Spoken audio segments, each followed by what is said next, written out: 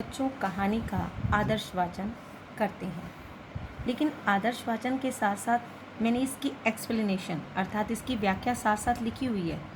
जब आप इसे पैराग्राफ को पढ़ेंगे और इसकी एक्सप्लेनेशन को पढ़ेंगे तो पैराग्राफ आसानी से समझ पाएंगे, लेकिन मैं एक एक लाइन आपको समझा रही हूँ। हरिहर काका के यहाँ मैं अभी अभी लौटा हूँ।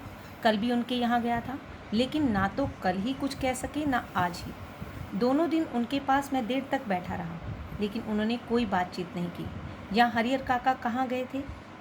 हरिहर काका के यहाँ लेखक गए थे, अर्थात लेखक ये कह रहे हैं कि हरिहर काका के यहाँ से मैं अभी अभी लौटा हूँ, अर्थात लेखक हरिहर काका के यहाँ गए थे, उनके घर गए थे।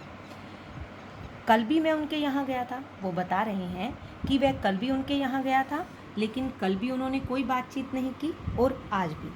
वह काफ़ी देर तक बैठे रहे कि शायद वह अपने मन की बात उनको कह लें, लेकिन उन्होंने कोई बातचीत नहीं की। जब उनकी तबीयत के बारे में पूछा गया, तबीयत का अर्थ होता है बच्चे मन की स्थिति या शरीर जब हमारा ठीक नहीं होता उसे भी तबीयत कहते हैं।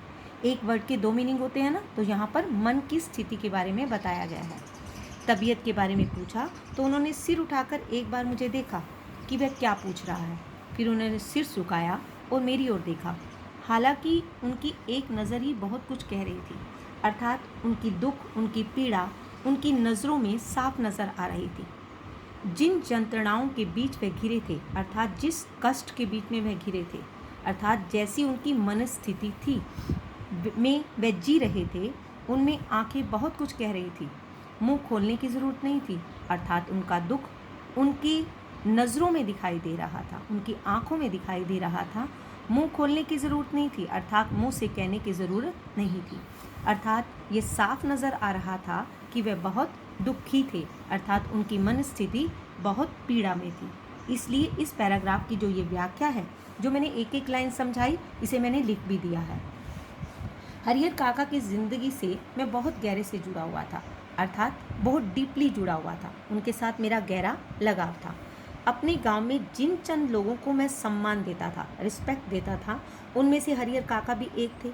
हरिहर काका के प्रति मेरी आसक्ति होता है प्रेम के अनेक व्यवहारिक होता है जो व्यवहार में बात होती है, वैचारिक कारण होते हैं जो आप सोचते हैं, जो व्यवहार में लाते हैं।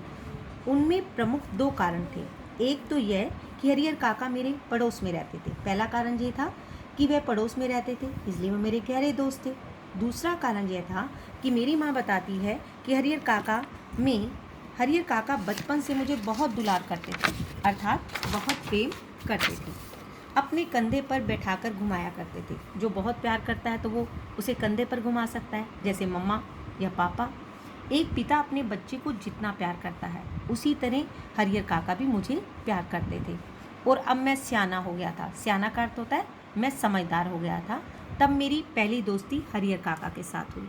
यहाँ पर लेखक बताते हैं कि उनके साथ मिलने के दो कारण थे। एक पड़ोस में रहना, एक माँ कहती है कि वह मुझे बहुत प्यार करते थे। और जब मैं बड़ा हुआ तो मेरी पहली दोस्ती किसके साथ हुई? हरिहर काका के साथ। इस पैराग्राफ से हमें क्या पता लगा कि हरिहर काका और लेखक की गहरी दोस्ती थी, अर्थात दोनों का संबंध बहुत गहरा था। इस पैराग्राफ की व्याख्या यहाँ पर मैंने लिख दी है।